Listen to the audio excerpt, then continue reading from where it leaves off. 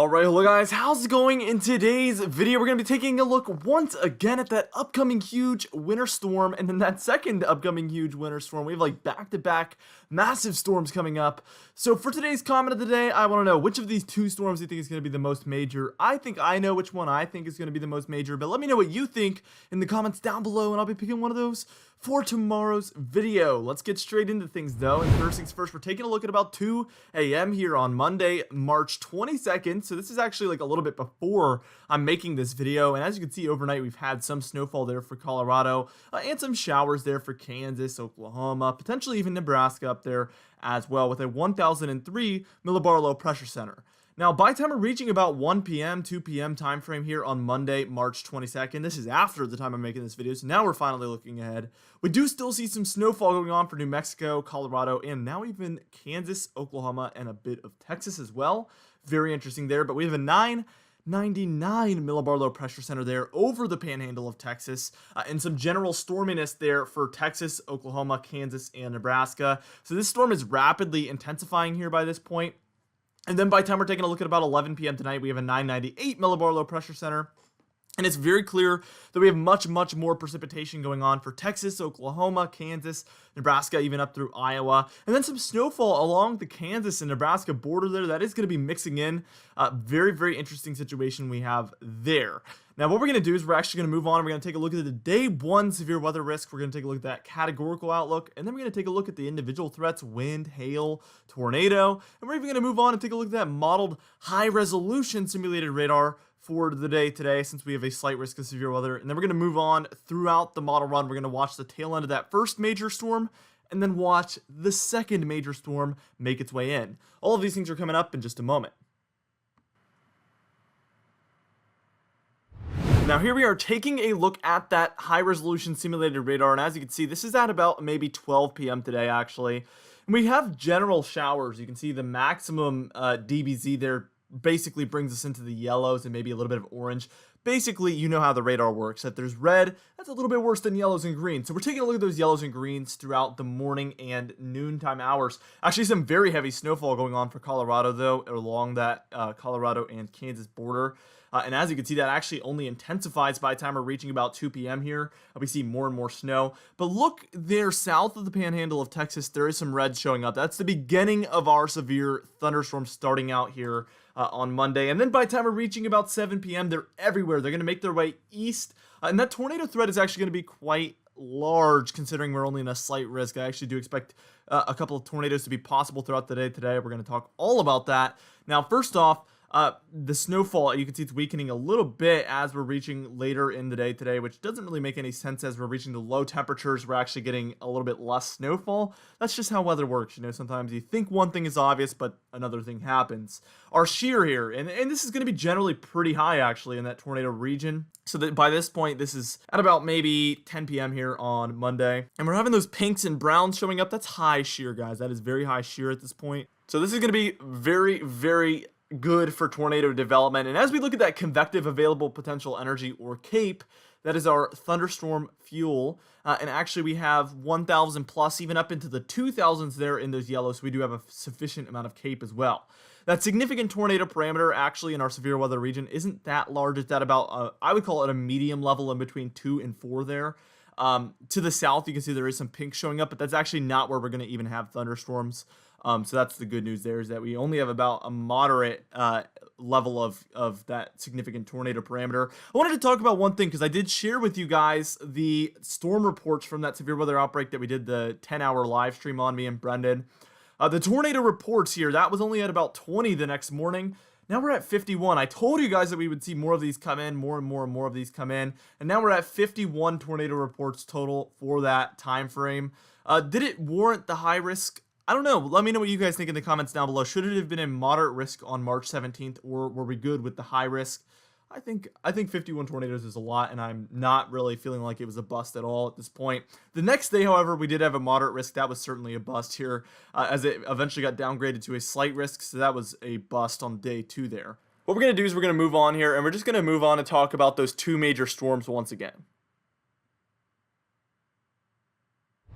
Now here we are talking about Storm 1 again, and this is by the time we're reaching about 6 a.m. tomorrow morning. So we've covered day 1 severe weather here. We're just moving on with this. And as you can see, we have a 995 millibar low pressure center there in between Oklahoma and Kansas. So this one is really intensifying overnight, throughout the day today, overnight tonight. It's going to be crazy. And then it's a 997 millibar low pressure center there by Wednesday morning. So it will slowly begin to weaken there and then finally begin to go up in pressure as it moves up into the upper Midwest. This is an interesting view because we can actually see both storms by this point. We can see the one over the Four Corner States, which is storm number 2, and then we see storm number 1 coming to an end there up for Iowa. Notice the snowfall for Nebraska, South Dakota, Minnesota. Very interesting situation there. And then by 2 p.m. there on Wednesday, you can see a 999 millibar low pressure center there over Wisconsin with that moderate to heavy snowfall going on for Minnesota and Wisconsin. Very interesting there as that storm is closing out. But storm number 2 is really creeping up on us here for New Mexico, especially there, but Texas Panhandle, Arizona, and Colorado. The more and more I'm focusing here on the central United States over the past few weeks, the more I'm realizing that the Panhandle of Texas has some of the wildest weather in the United States. Let us know if you've been there, lived there, or you do currently live there. Let us know how that weather is, because my perception of it right now is that you guys have some of the wildest weather that I've ever seen. You guys were seeing thunderstorms and high temperatures just about a week ago, and then all of a sudden you just see snowfall roll through. It seems like some of the most extreme weather anywhere, in my opinion. What we're going to do here is we're going to move on. We're going to move on to storm number 2. We're going to watch that one once it fully develops here. Now, the interesting thing with storm number 2 is that we've seen this one actually trend further and further east. As you can see, by the time we're taking a look at approximately 4 p.m. here on Thursday, March 25th, this one is already in Arkansas, and this one seems to go much further east than what it was originally calling for here just a day or two ago. And you can see we're having a lot of storminess there for Oklahoma, Texas, Arkansas, Louisiana, Mississippi, Alabama, Tennessee, Missouri, Kentucky, the Ohio Valley as well. And I'm actually expecting a severe weather event to occur here, especially on Thursday, but Wednesday could have some and Friday could have some, but especially Thursday here. We might even have to go live. We're going to talk about that over the coming days. Me and Brenden, we've been discussing that. So rest assured, we've been watching these severe weather events out ahead and making sure that we know when we might have to clear our schedule to go live for you guys. We really enjoyed doing that coverage for you guys, and we plan on doing that a lot more moving forward. Here's at about 11 p.m. there on Thursday, and this one moves up further north as a 991 millibar low pressure center into Missouri, bringing again that widespread storminess, and this one is looking more and more extreme. Already this one is stronger than that first storm ever was. So what we're going to do here is we're going to move on, and we're going to take a more eastern view in just a moment, and we're just going to move that forward. There will be a bit of snowfall. We're even going to talk about the very high temperatures that are going to enter into the eastern United States. 60s and 70s, very widespread throughout all of the eastern third of the United States. I'm going to show you guys that in just a moment. For 2 of those days, we're going to take a look at the high temperatures on Thursday and Friday, and then we're going to take a look at those severe weather threats moving forward, including Thursday, which I'm very concerned about.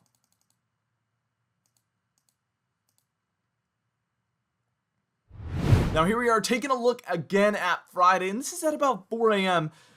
We have a 983 millibar low pressure center here by this point, so a very extreme storm over central Illinois. And this is just going to be a very, very wet storm. We can see a lot of those dark greens there to the west of this storm, and that's going to be very heavy rainfall coming down, but widespread storminess. And then look, snowfall for Chicago, snowfall for Michigan and Wisconsin as well. During the day on Friday, March 26th. Wow. I mean, I don't know, guys. This is crazy if this was to occur. We have a 988 millibar low pressure center there over Michigan here by this point, and that one will be coming to an end slightly after this point. We will have some potential for severe weather down there for, I think, Alabama, Florida, Georgia, South Carolina, North Carolina, Virginia, maybe even the Northeast on this date. We will talk about that in a few days, obviously. Here is the high temperature on Thursdays as promised, 60s. Widespread throughout the whole New England states, even 70s up there, upstate New York, Vermont, New Hampshire, seeing 70s, Boston. It's going to be so nice. Upper 70s as you move down into the mid-Atlantic. Thursday is going to be very hot, but let's take a look at Friday. I almost said Friday there for a second.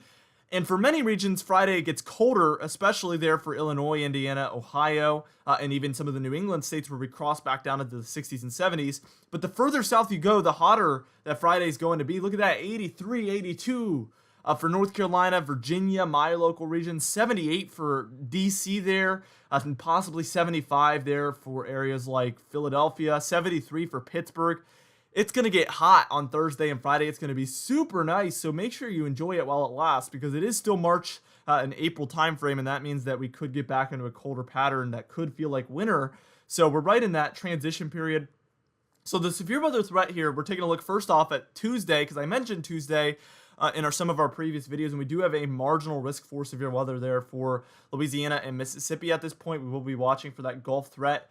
And then by the time we're taking a look at Wednesday, we have a little bit more of a widespread marginal risk with the potential for an addition there of a slight risk. So that's mostly for Texas, Louisiana, and Mississippi. But it's mostly Thursday that we're worried about, as I mentioned before, where we have a widespread 15% chance risk of severe weather. That's for Texas, Louisiana, Arkansas, Mississippi, Alabama, and the panhandle of Florida. And that means probably at least a slight risk for all of these regions, and probably likely an enhanced risk somewhere in there for Thursday is my guess.